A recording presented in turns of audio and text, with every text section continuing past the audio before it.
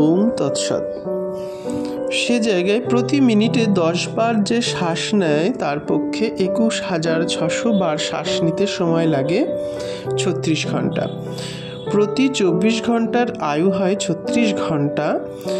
প্রতিদিনের আয়ু হয় 1.5 দিন, প্রতি বৎসরের আয়ু হয় 1.5 বৎসর। অর্থাৎ প্রতি মিনিটে 5টি শ্বাস বাঁচাবার ফলে আয়ু বাড়ে প্রতি বৎসরে 6 মাস অতিরিক্ত। উপরি যোগাভ্যাসকারীদের মধ্যে যারা ঘন্টার পর ঘন্টা কেবলই কুম্ভক করে থাকেন বা সমাধি অবস্থায় থাকেন, তাদের পক্ষে 400-500 বৎসর পর্যন্ত বেঁচে থাকা কোনো আশ্চর্যের ব্যাপার নয়। পুরাকালে মানুষ সাধারণত 100 বৎসর বেঁচে থাকত। বেদের ভাষায় বলা যায় শতয়ূর্ধ্বে পুরুষ। খনার বচনে আছে নরাগজা বিশেষ হয়, তার অর্ধে ঘোড়া বয়, 22 বলদা 13 ছাগলা, উন পরে 12 পাগলা। উন শব্দের অর্থ কম, বড়া শব্দের অর্থ বরাহ, অর্থাৎ ছাগল অপেক্ষাও অল্প জীবন হয়ে থাকে। বৃহৎকার পশুদের দৈহিক গঠন দৃঢ় এবং বলিষ্ঠ হলেও তাদের আয়ু খুবই সংক্ষিপ্ত হয়ে থাকে। ছাগল, গরু, মহিষ প্রভৃতি পশুর রোমন্থনকালে তাদের শ্বাস প্রশ্বাসের গতি দ্রুত হয়, ফলে তাদের আয়ুক্ষয় হয়। তার জন্য এইসব পশু বেশি দিন জীবিত থাকে না। জগতে যেসব জীবজন্তুর নিঃশ্বাস প্রশ্বাস যত ধীরে ধীরে গ্রহণ ও ত্যাগ করে তারা তত বেশি দীর্ঘায়ু হয়, আর যারা দ্রুত করে তারা তত স্বল্পায়ু হয়ে থাকে। কচ্ছপ প্রতি মিনিটে 4 থেকে 5 বার শ্বাস নেয় এবং বাঁচে 150 থেকে 200 বৎসর। সাপ প্রতি মিনিটে 7 থেকে 8 বার শ্বাস নেয় আর বাঁচে 120 বৎসর। হাতি প্রতি মিনিটে 11 থেকে 12 শ্বাস নেয় আর বেঁচে থাকে 100 বৎসর। বাদর প্রতি মিনিটে 31 থেকে 32 বার শ্বাস নেয় আর বেঁচে থাকে 20 থেকে 21 বৎসর। খরগোশ মিনিটে 38 থেকে 39 বার শ্বাস নেয়, বেঁচে থাকে 8 বৎসর। এইরূপ জীবজন্তুদের আয়ুষ্কাল ছাগল 16 বৎসর, বাদুড় 20 বৎসর, জিরাফ 30 বৎসর, তিমি 47, গাধা 50, তোতা পাখি 100, ক্যাঙ্গারু 17, বিড়াল 21, কুকুর 14, গন্ডার 40, কাক 70, সিংহ 18, শিম্পাঞ্জি 26, আফ্রিকার হস্তি 34, উট 40, বন্য রাজহংস 80, হস্তি 100, কচ্ছপ 200।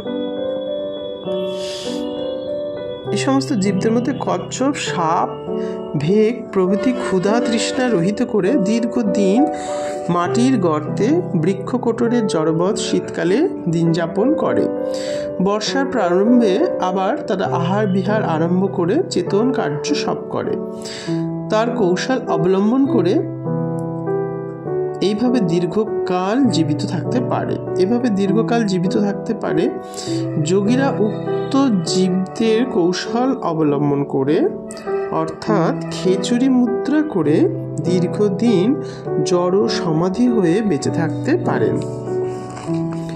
শ্বাসবায়ুর বাইরের গতি কর্মানুযায়ী 24 অঙ্গুলি পরিমাপ হয়ে থাকে, কিন্তু এই শ্বাসবায়ুর গতি অর্থাৎ প্রাণবায়ু প্রতিনিয়ত সবেগে নাসিকা থেকে বের হয়ে সাধারণত 12 অঙ্গুলি গতি বিশিষ্ট হয়।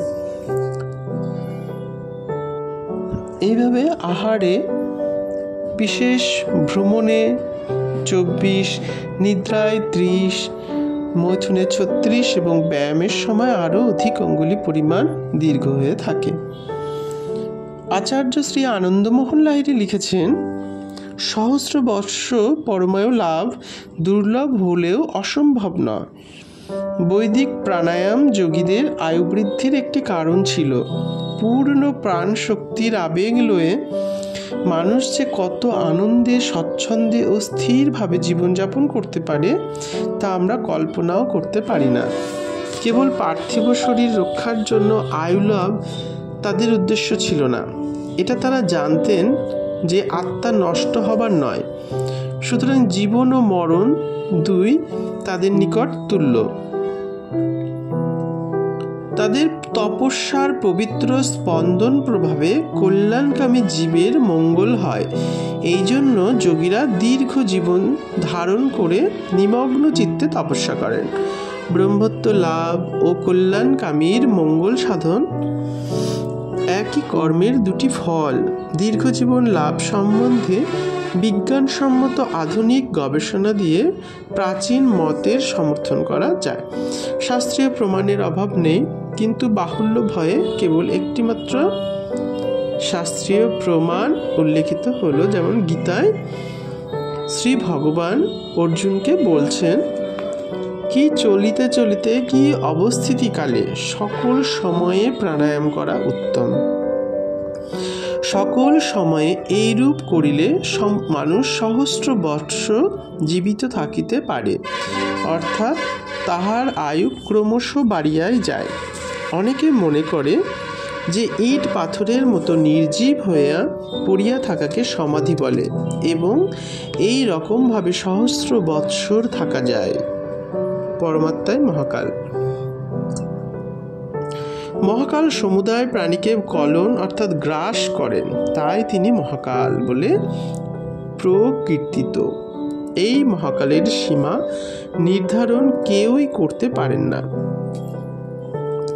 কত চতুরানন পঞ্চানন ডুবি ডুবি যাওত ন তোয়া আদি অবসানা। তার আদি অন্ত ব্রহ্মা বিষ্ণুর অগম্য। ভক্ত তুলসীদাস বলেছেন, বিধি হরি শম্ভু নাচাবন হারা, শো নাহি জানিত মর্ম তুম হারা। তুমি বিধি হরি শম্ভুকেও নাচিয়ে বেড়াও, তারাও তোমার মর্ম জানতে পারেন না। মহাকাল ঘটস্থ বা দেহস্থ হইলেই সীমাবদ্ধ কাল রূপে প্রাদুর্ভূত হয়, তখন তার সংখ্যা বা পরিমাণ হয়। এটাই জীবের আয়ু, এটাকেই যোগীরা অজপা বলে থাকেন। দিবা রাত্রে অবিশ্রান্ত জীব শ্বাস ফেলছে ও গ্রহণ করছে। এর পরিমাণ 21,600 বার। প্রতি মিনিটে মানুষের 12 থেকে 15 বার শ্বাস প্রশ্বাস চলে। পূর্ব কর্মানুসারে